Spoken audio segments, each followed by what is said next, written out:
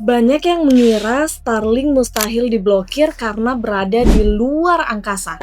Tapi kenyataannya, di Iran, layanan internet satelit milik Elon Musk ini mengalami kelumpuhan massal. Bagaimana mungkin teknologi miliaran dolar bisa dikalahkan oleh perangkat di darat? Ketemu lagi dengan saya Rahmati Ardi. Yuk kita bahas di Tahukah Kamu, agar kita jadi tahu. Emang ada apa sih di Iran sampai internetnya diputus? Penting untuk dicatat bahwa konflik ini sebenarnya adalah konflik internal antara pemerintah Iran dengan rakyatnya sendiri, yang kemudian melibatkan pihak luar seperti Elon Musk atau Amerika Serikat karena masalah sensor internet. Jadi gini yuk Pips, semua bermula dari gelombang protes besar-besaran di Iran. Untuk meredam aksi massa dan mencegah dunia luar tahu apa yang terjadi di sana, pemerintah Iran mengambil langkah ekstrim. Internet nasional dimatikan total. Nah, disinilah Elon Musk masuk. Katanya sih dia merasa terpanggil untuk memberikan hak akses informasi. Lewat Departemen Luar Negeri Amerika Serikat, Musk dapat lampu hijau buat mengaktifkan layanan Starlink di wilayah Iran. Tujuannya? Biar rakyat Iran tetap bisa lapor ke dunia luar lewat jalur pintu belakang satelit tanpa bisa dicegat kabel internet pemerintah. Tapi bagi pemerintah Iran, ini dianggap sebagai ancaman kedaulatan. Mereka melihat Starlink ini sebagai alat mata-mata atau campur tangan asing untuk memicu kekacauan. Ya, memang sih kacau parah ini Amrik. Inilah alasan kenapa perang teknologi ini terjadi. Tapi masalahnya gini yo Pips, biarpun sinyal Starlink-nya itu berada di atas kepala warga Iran, untuk bisa dapat internet Starlink, warga sana nggak bisa cuma modal HP doang. Mereka butuh yang namanya Starlink Kit. Isinya itu ada piringan antena atau dish, kabel, dan router khusus. Karena dilarang keras sama pemerintah sana, ribuan Starlink Kit ini akhirnya diselundupkan secara rahasia.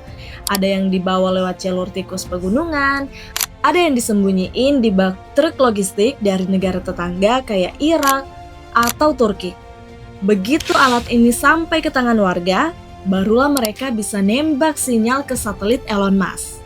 Nah, setelah piringan selundupan ini sampai di atap rumah warga, pemerintah Iran gak tinggal diam. Berdasarkan data dari pemantau internet seperti Netblocks, pemerintah Iran mengerahkan pemancar radio berkekuatan militer. Mereka membombardir area tersebut dengan kebisingan frekuensi yang sama dengan Starlink. Bayangin kayak gini, kita lagi di konser musik rock, terus ada yang bisik-bisik. Kedengeran nggak? Nah, itulah yang dialami di Starlink ini. Hasilnya, paket loss hingga 80%. Sinyal ada, tapi data nggak bisa lewat. Mereka nyebut ini sebagai taktik jamming. Kalau jamming itu bikin budek, taktik kedua Iran ini bikin piringannya linglung. Namanya GPS spoofing.